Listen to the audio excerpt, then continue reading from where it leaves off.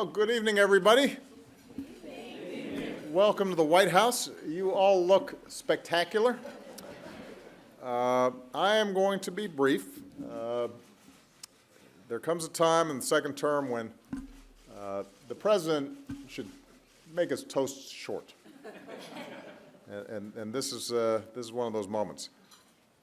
Tonight, I plan to fulfill my duty and give you an indisputably qualified set of remarks. I trust that you'll give them a fair hearing.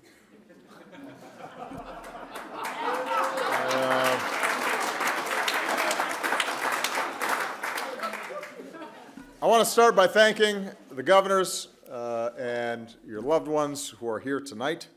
I want to thank your chair, Governor Gary Herbert, and your vice chair, Governor Terry McAuliffe. They're both doing outstanding jobs in their respective states. I also want to give some special recognition to Iowa Governor Terry Branstad. Now,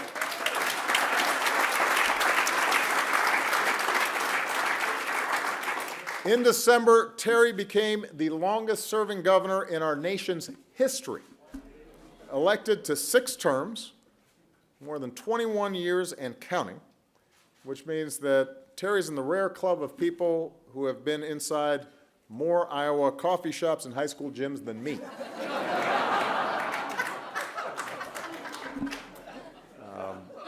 He also has done some dancing with the First Lady on stage, which it was excellent. I should also mention that tonight is the birthday of our Secretary of the Interior, Sally Jewell. So let's give Sally a big round of applause. There she is. There she is. Happy birthday, Sally. So this is my final governor's dinner, at least my final one as president.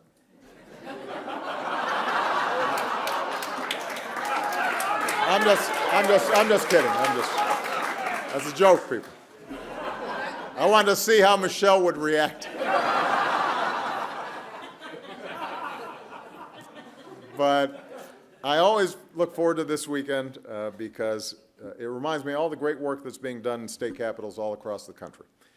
Recently, I went back to Springfield, Illinois, our home capital, and went back to the chambers where I had served as a state senator. I talked about my experiences as a legislator there. And with all sincerity, I talked about how Democrats and Republicans found a way to fight like heck, oftentimes voted along party lines, but were able to shake hands after a disagreement, and every so often actually got some work done that benefited the people of the state. How we could assume the best in each other and not the worst, and find areas of common ground. I know that at the moment, some of you might feel a little differently about your legislators, depending on where you are in the budget process. But the truth is, as frustrating as our politics too often feels, you know the same thing that I do, which is the people we serve don't typically think in terms of red and blue, left or right. They just want a shot to get ahead. They want to make sure that they've got a good job, that their kids can succeed, that they can save enough for retirement. They want to know that we're doing our jobs and that we are operating with a sense of fairness and that we're looking out for folks without a voice. And in other words, you see, just as I do, the basic decency and goodness of the American people every single day. That's one of the great benefits of public service.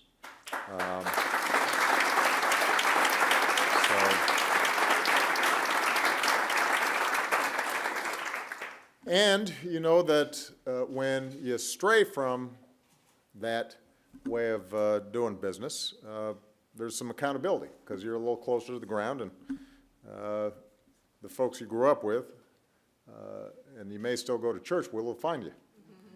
You're not so far away. So while people sometimes may wonder why I have been spending some time talking about a better politics, it's not because I'm naive. It's because in fact, I'm giving voice to the experiences that all of us have. what makes public service so worthwhile, even with all the tough stuff and scrutiny that goes with it. It's what we've seen in coffee shops and high school gyms and town hall meetings and backyard picnics. I think you, like I, believe that politics can be a noble endeavor, and that a politics that better reflects our people is not only possible, but it couldn't be more important. LBJ told a group of governors who'd gathered just 3 days after we lost President Kennedy, "A government by checks and balances will work only when people are willing to cooperate and work together for the common good." I believe that, and I know that so many of you believe that as well. So tonight I'd like to propose a toast to our nation's governors, to their loved ones that put up with them, and to all those willing to cooperate and work together for the common good. Hear, hear.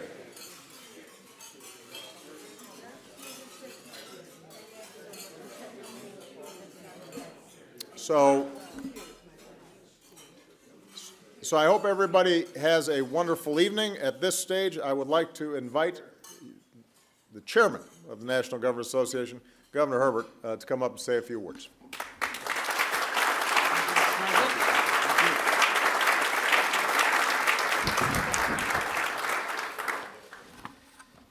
Well, Mr. President, we're honored to be here with you and First Lady Michelle. I know that as an association, we look forward to this opportunity to gather together here in the White House, and you've been such great, hospitable hosts to us over the years, and we thank you very much for your hospitality. And it's with some nostalgia that we gather together, but with a deep sense of appreciation for your leadership and what you've accomplished here as you're coming into your last year in office. And so we reflect back and remember that chilly day in January 20th, 2009, when you became the 44th president of these great United States. And your election made sure the proposition created by our founding fathers that our men are created equal, the opportunity for all of us to serve. And as we see tonight here gathered, we have men and women, Republican and Democrat and independent, various religions, various ideologies and ethnicities, people from every walk of life gathering together to help serve the people of this great country. We are united as governors with names like Hickenlooper, which is Dutch, Ige, which is Japanese, Branstad, which is Norwegian, McAuliffe, which is in fact Irish, Sandoval, which is Mexican, Armando, which is Italian. And one of our colleagues who couldn't be here tonight, but from Ohio, asked me to measure the drapes just in case. Kasic, who is Czech. Each of us here tonight and their states represents people that are unique in their regions and their backgrounds, but I'm reminded of the profound truth that you, Brent, presented to us when you spoke about the truth that we are all deeply committed to work together. In spite of the fact that we have 50 different states, we are in fact the United States. I remember your campaign about red states, blue states, purple states, but a reminder to all of us that we are the United States of America and our 5 territories. Mr. President, it's not gone without notice of the dedication you have for your family, your beautiful daughters Sasha and Malia, who take after their mother. That's right. That's what we all are trying to do that. We're following your footsteps. I think few probably fully appreciate the sacrifice for the spouses and the family when somebody gets elected to office. Unless you're engaged in that experience, it's hard to maybe appreciate it. But we here are engaged. We understand the dedication and the effort and the sacrifice that comes with your family and your effort to serve as president. And First Lady Michelle, you and your daughters have been a great example. We know you sacrifice on behalf of the president. But I want to thank you for your fine example to the young people of America, for the work you've done as a family. You are a great example to all of us. And again, an example of what a strong and successful family in America looks like.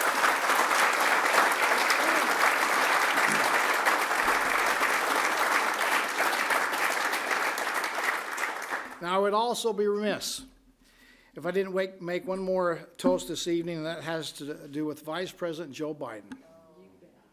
I know what it's like to serve as the second in command. It's a unique challenge, opportunities, but still a different situation. I served for many years, Vice President, as the Lieutenant Governor to Governor John Huntsman. So I have an appreciation for what it is to be number two. And we appreciate the sacrifice of you and Jill and your family. It wouldn't be a proper toast if we didn't, if we were talking about American leadership, if we didn't include the Vice President, Joe Biden, and his wife, Jill.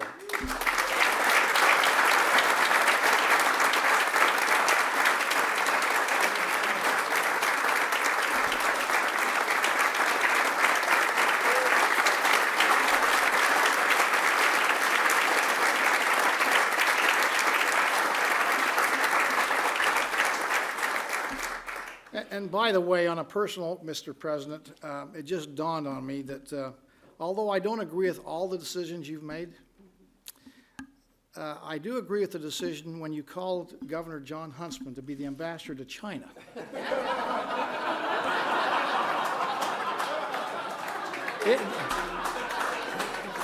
Yeah, helping me transition from number two to number one. That may be one of the best decisions you've made. And I hope it worked out for you as good as it worked out for me. In conclusion, together, as we follow the example of this fine couple that leads this nation, together we are the United States. And so tonight, as a teetotaler Mormon from Utah, I propose to raise a glass and toast to you, Mr. President, for your leadership, for your many sacrifices, and for years of dedicated service to this great country we call America.